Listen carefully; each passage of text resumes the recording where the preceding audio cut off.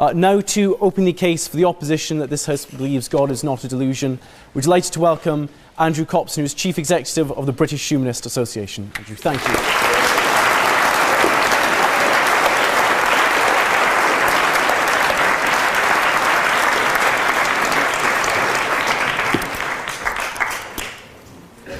I'd like to start by congratulating the proposition. It's a very good idea, a very good tactic to start a debate, to try and win it by defining the terms so they're impossible to argue against. It's an even better tactic to then generously forego it and appear magnanimous at the same time, a double whammy that it's difficult to top. On our side of your chamber, we have a copy of the Oxford Shorter English Dictionary. I'm sorry, the Cambridge one was unavailable, from 1993, and our dictionary defines delusion as a false impression or opinion, and with respect to the assembled medical knowledge of the sources cited by the proposition, we're going to go with that, if it's all right by you. Obviously, it's up to you whether or not our definition, or the more involved and impossible to argue against definition advanced by the proposition, is the one that you should be making your decision on the basis of this evening. God, fall down upon our dry fields. This is one of the earliest prayers that we have in Europe. It's a Greek prayer originally. So that the word for God is Deu, the Greek word that later went on to mean Zeus. God, fall down upon our fields. What's interesting about this is that it doesn't ask God to send rain down upon our fields. It calls on God to fall down as rain. God is being used here in one of the earliest instances of prayer, in this continent at least, to literally mean rain, to literally mean this natural force. And that's interesting because it illustrates for us an important truth about gods, especially gods from long ago, from the first time that we have them mentioned or recorded in human words. Now we know, of course, that rain is not a supernatural entity capable of being prayed to and enjoined to come down and make our crops grow. But we can see how it may once have seemed plausible to think it so. In the human world in which we all live, by necessity, obviously, we're all human, effects often have deliberate causes. Actions often have deliberate intentions behind them, because we're doing things for a reason. And the association between the two is locked into our minds. So it makes sense, of course, that people would try to find the same rhyme and reason in the non-human world. We try to personalise it. Why does the sun rise? Because the heavenly dung beetle rolls it up into the sky. Why does the rainbow stretch across the sky? Because it's the train of the dress of the heavenly goddess Iris, or a promise put there by a divine being. How did the earth come to be, everything we see? Someone must have made it, like a man makes a vase or a hut or a fire.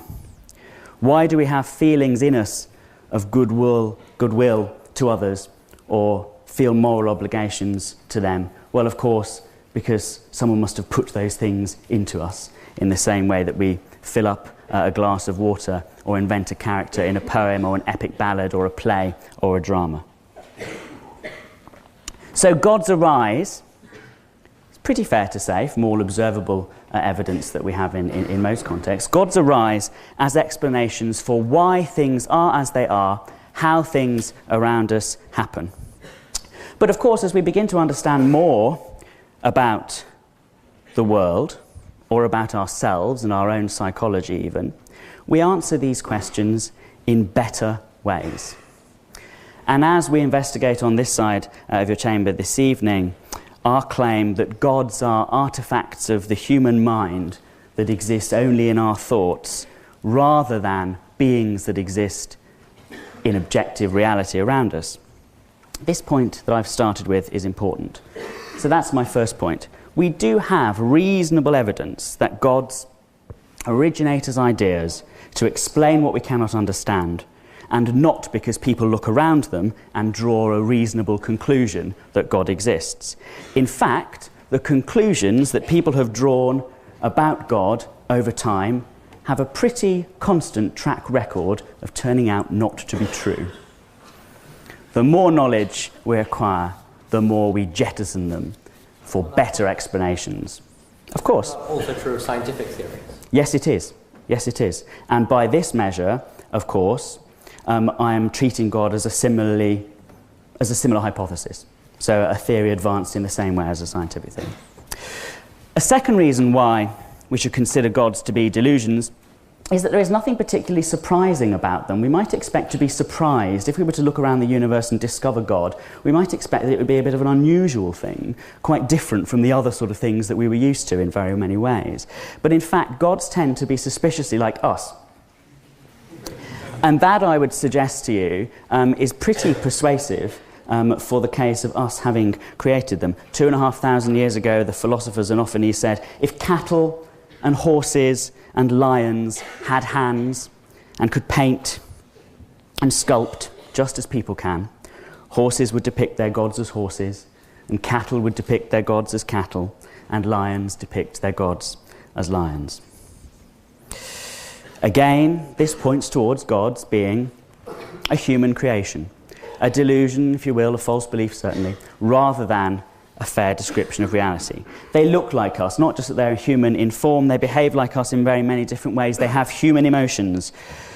The God of the Old Testament is angry and jealous and genocidal. Zeus is lusty. Dionysus is drunk. The God of the New Testament is still jealous, but also loving, and in human form, of course, compassionate.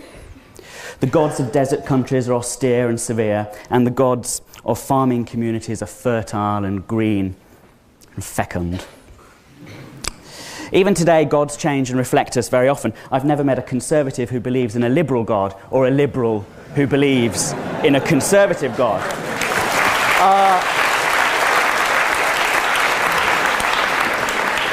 Our gods reflect our prejudices and our environments.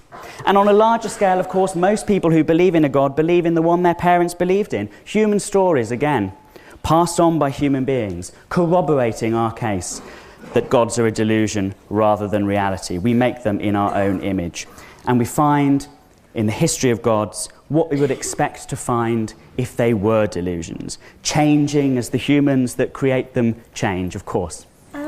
If we were to say that Jesus is God, would you not agree that he was quite radically unconventional before his time?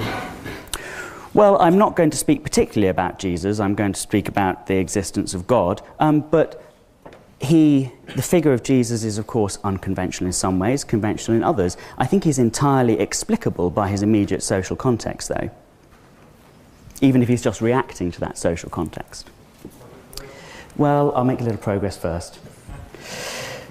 Gods do not exist in a vacuum distinct from each other. We can trace the influences of one myth on another. There are stories of different gods who are killed and rise from the dead, and they influence each other. Judaism and Christianity influence Islam. The idea of beings that sacrifice themselves and come back for the benefit of human beings are common. We have Mithras, we have Jesus, we have Odin, we have Prometheus. Child gods whose birth is heralded by miracles and signs and wonders, and even three magicians. There is more than one god that fits these patterns. Gods are ever-changing. Even individual gods change, of course, over time. Now, a refutation of our case that God is a delusion is, of course, possible in theory. If it can be demonstrated that there is evidence and good reason to believe that a god or gods exist, we should not have your support this evening.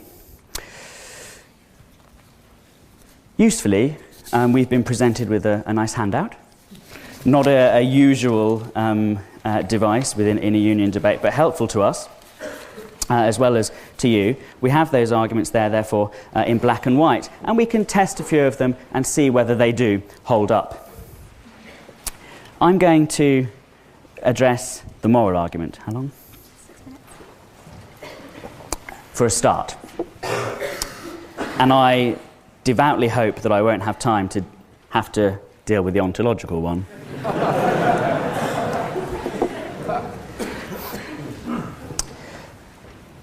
The problem I have here with the moral argument is this idea, this claim, that objective moral values exist. Let's clear away some of the rubble in this discussion.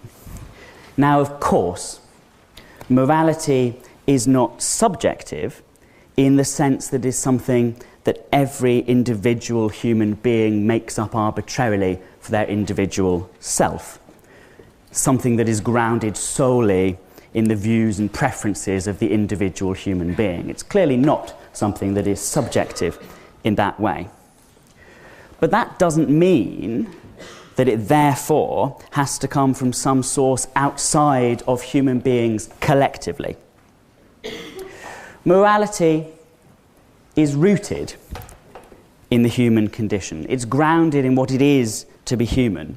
The fact that we are social beings, the fact that we have certain objective and entirely shared, therefore, basic needs, which are part of our nature, obviously colours and sets the context in which morality and discussions of morality have to occur. And we need to distinguish the idea that morality is objective in the sense of being independent of the views and feelings of particular individuals, from the idea that morality has to emanate from and be backed by some sort of authority outside.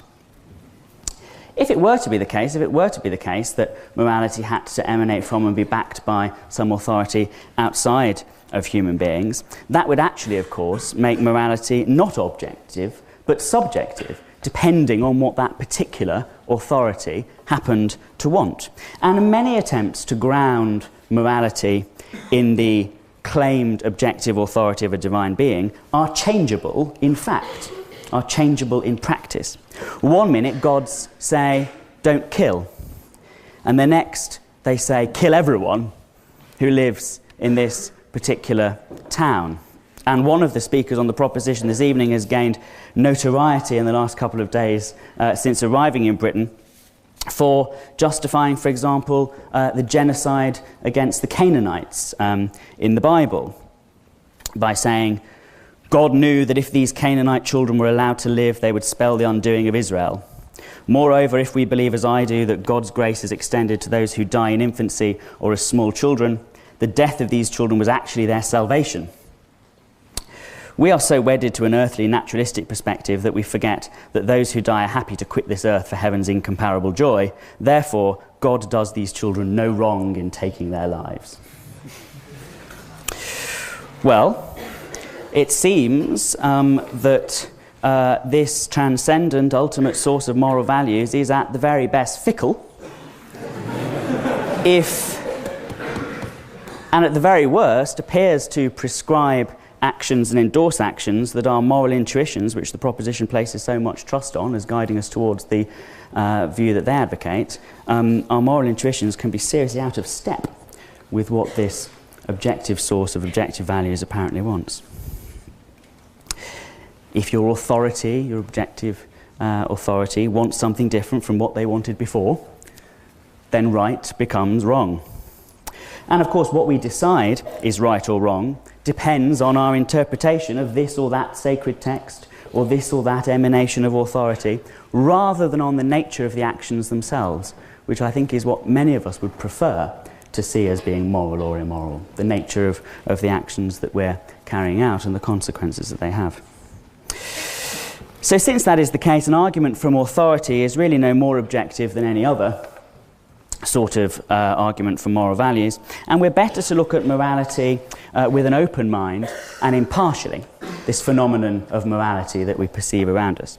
And when we do, we find, I submit, that morality is something that arises naturally amongst human beings when they live together in communities.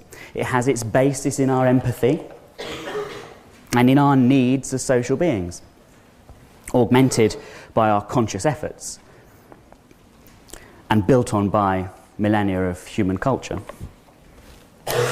We can see echoes of its biological origins in our relatives, chimpanzees, which exhibit the sort of behaviours that we, with our conscious minds, have built on and called morality. We generate these values from within humanity collectively ourselves. The moral journey of individual human beings is a long, hard slog. It's incredibly difficult. It can be incredibly difficult to know what the right thing to do is, and it's even more difficult to then do it. And the moral journey of humanity as a whole has been equally difficult. To get from a feeling of kinship and affinity with your neighbours to the wider concept of global justice, which today we can aspire to, has been hard. The proposition, through its argument, trivialises morality. The idea that moral values are just something that we can read off a la carte, or from some cosmic knitting pattern for how things are, is demeaning to how our moral reasoning really does need to operate in practice.